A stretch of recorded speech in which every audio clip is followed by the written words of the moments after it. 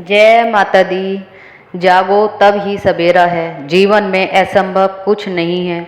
अंधेरे के आगे रोशनी है, दिन है तो रात भी आएगी। कभी घबराना नहीं, जैसे सुख है तो दुख भी आएगा।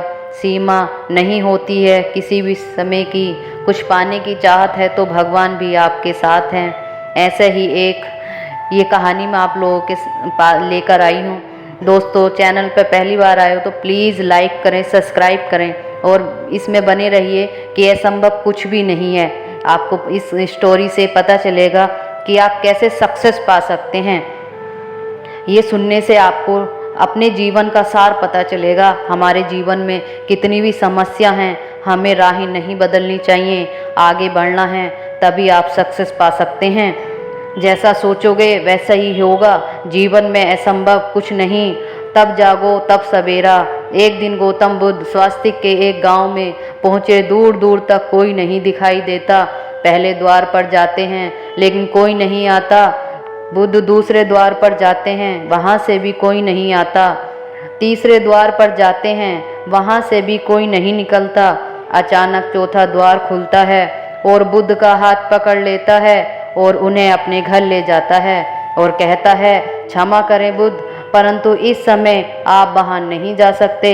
उंगलीमान को गांव की सीमा में देखा गया है। सभी गांव वाले अपने दरवाजे खिड़की बंद करके बैठे हैं।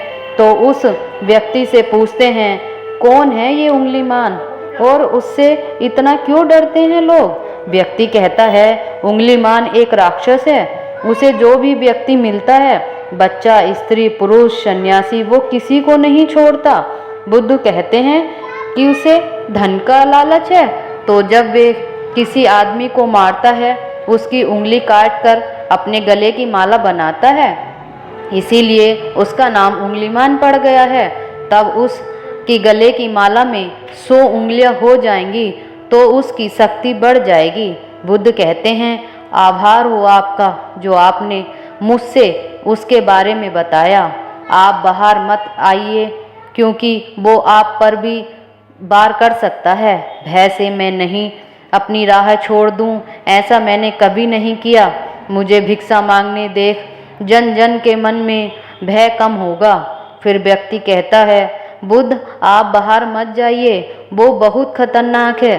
बुद्ध कहते हैं, वो खतरनाक नहीं बल्कि वो तो दुखी है, उसके पास जाना होगा, उसको मेरी ज़रूरत है।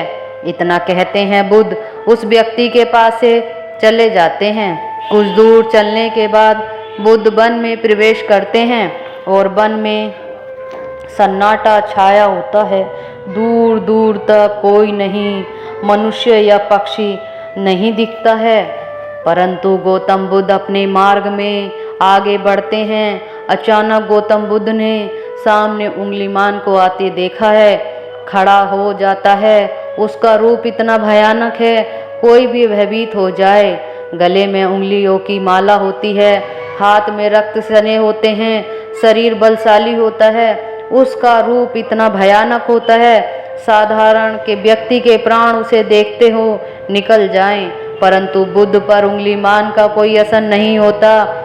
बुद्ध कुछ क्षण तक मुस्कुराने के साथ उंगलीमान की तरफ बढ़ देखते रहते हैं और कलवट से निकलकर अपने मार्ग से आगे बढ़ जाते हैं। बुद्ध को ऐसा करते देख उंगलीमान को समझ नहीं आता कि ये मेरे साथ क्या हो रहा है। या तो लोग भाग जाते हैं या मुझे देखकर मर जाते हैं या मुझसे अपने प्राणों की भीख मांगने लगते हैं। मैंने कई सन्यासियों को मारा है, आज तक ऐसा कोई व्यक्ति नहीं देखा जो मुझे नज़रअंदाज करके अपने मार्ग में आगे बढ़ जाए। या तो मुझ पर ध्यान नहीं दिया है कि या मुझे देख नहीं सकता हो, परंतु इसे क्या मतलब, मैं इससे क्या मतलब रखूं? मुझे तो अपने गले की माला पूरी करनी है। उंगलीमान बुद्ध को आवाज़ लगाता है, ए साधु रुक। फिर भी उंगलीमान को अनसुना करते हैं, अपने मार्ग में आगे बढ़ते रहते हैं। उंगलीमान क्रोध में आता है, हे साधु रुक। फिर भी उंगलीमान को नज़रअंदाज करते हैं, आगे बढ़ते हैं। उंगलीमान तीसरी बार क्रोध में आकर आवाज़ लगाता है, हे साधु रुक। बुद्ध रुकते हैं। उंगलीमान पास जाकर कहता है, तू मेरे कहने से रुका क्यों नहीं? मैं तो बहुत पहले ही रुक चुका था, तुम ही चले जा रहे हो। उंगलीमान ये क्या समझ नहीं आ पा रहा। व्यक्ति उससे थोड़ा भी नहीं डरा रहा। उंगलीमान डराने के लिए और तेज चिल्लाता है, साधु मुझसे भय नहीं लग कर रहा है, क्या मैं आदि मानव हूँ? बुद्ध कहते हैं, नहीं, तुम तो मानव हो। कि क्या ये बात उंगलीमान के बार पर लगती है? पहली बार उसे किसी ने मानव कहा था। वो इस बात को नज़रअंदाज करता है और बुद्ध से पूछता है, हे साधु, ये क्या कह रहे हो कि तू कब एक गए हो? तूने ये क्या कहा? नहीं रुका। बुद्ध कहते हैं, पहले ही रुक चुका हूँ, यानी मैंने ऐसा करना बहुत पहले ही छोड़ दिया है। सब जीना चाहते हैं, बस तुम उन्हें करुणा से देखने का प्रयास करो। गौतम बुद्ध के ये शब्द दोबारा उंगलीमान के हृदय पर चोट करते हैं, परंतु वे दोबारा से गौतम बुद्ध को नज़रअंदाज करता है और वह क्रोध में होकर गौतम बुद्ध की गर्दन पर तलवार रख देता है, जिससे वो लोगों के हत्या करता था और चिल्लाकर कहता था, नहीं मानव, मैं ना तो प्रेम है ना ही करुणा है, मैं तो सबको हत्या करूँगा और किसी को नहीं छोड़ूंगा।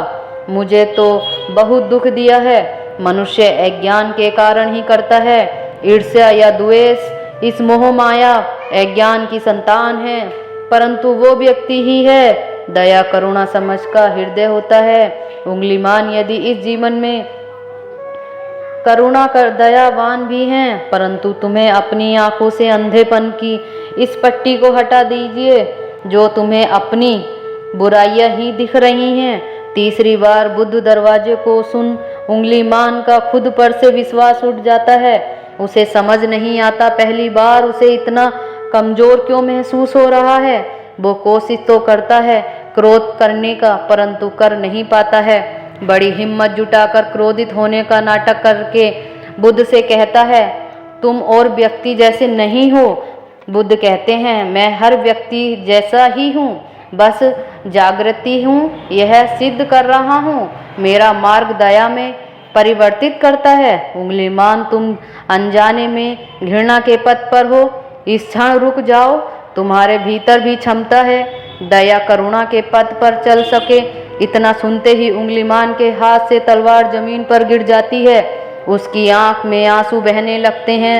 तब तक कोई बुद्ध को अनदेखा करे। उंगलीमान रोते रोते बुद्ध से पूछता है, क्या आप वही हैं लोग? बुद्ध कहते हैं, लोगों को मुक्ति के मार्ग पर चलना सिखाते हैं। हाँ, मैं वही हूँ। मैं तुम्हें मुक्ति के मार्ग पर ले जाना चाहता हूँ। फिर उंगलीमान कहता है, मैं बहुत दूर निकल गया हूँ, मैं बहुत हत्याएं की हैं, तुम पाप कर वह हत्या की हैं, मैं अब चाहकर भी वापस नहीं लौट सकता हूँ। बुद्ध कहते हैं, असंभव कुछ भी नहीं है, जब जागो तब सवेरा होता है। उंगलीमान कहता है, मैं पुनः जीवन की तरह नहीं मुड़ सकता, बहुत देर हो चुकी है। बुद्ध कहते हैं, तुम में इतनी चेतना है कि तुम जानते हो तुमने अब तक जितना किया है वह बुरा था। तुम जानते हो क्या अच्छा है क्या बुरा है। उंगलीमान, जिस दिन से तुमने अच्छे कार्य करना शुरू कर दिया, उस दिन से तुम्हारा एक नया जीवन शुरू हो जाएगा। फिर उंगलीमान कहता है, मैं कितने भी अच्छे कार्य कर लूँ, परंतु लोग मुझे उसी दृष्टि से देखेंगे, मुझे चैन हो जीने नहीं देंगे। बुद्ध कहते हैं, उंगलीमान, तुमने हिंसा का मार्ग छोड़ा है तो मैं तुम्हें मार्ग दिखलाऊंगा और तुम्हें लोगों की घृणा से बचाऊंगा। बस पहला कदम तुम्हें ही उठाना पड़ेगा। क्या मैं हो सकता है बुद्ध? बुद्ध कहते हैं, अवश्य हो सकता है। उंगलीमान रोते हुए बुद्ध के चरणों में गिर पड़ता है और बोला, मैं आपको वचन देता हूँ कि मैं पूरी तरह कार्य करूँगा, छोड़कर बुरे कार्य के कारण वे पद पर चलना सीखूंगा। कृपा कर आप अपना शिष्य बना ले। उंगलीमान उसी क्षण से बुद्ध का शिष्य बन जाता है। इस इंतजार कहानी से हमें सीखने को मिलता है कि आपने कितने ही बुरे कर्म क्यों न किए हों, परंतु पहला कद आपकी ही अच्छाइयों की तरफ उठना चाहिए। अगर जीवन में आपने बुरे कर्म करे हैं, आपको लगता है कि हमने गलत किया है, उसका पछतावा करने से आपके मन की जो घृणा है, आपके मन का जो पाप है वो दूर हो जाता है। इस कहानी से, इस स्टोरी से हमें ये सीख मिलती है कि हमें अब असंभव कुछ भी नहीं है। अगर जो हमने जीवन में चाहा है हमें वो ही मिलेगा और वैसा ही हम कर सकते हैं। दिमाग की सोच है, बी पॉजिटिव सोचेंगे तो पॉजिटिव बातें आएंगी आपके मन में, अगर निगेटिव सोचते हैं तो निगेटिव बातें आएंगी।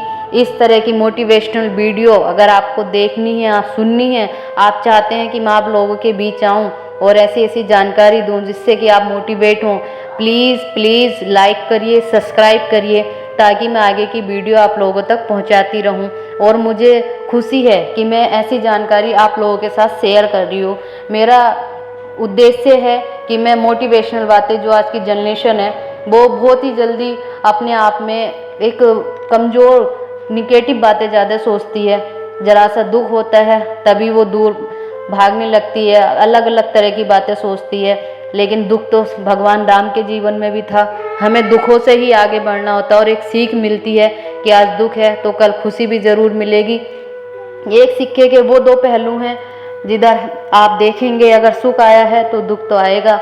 रात कितनी भी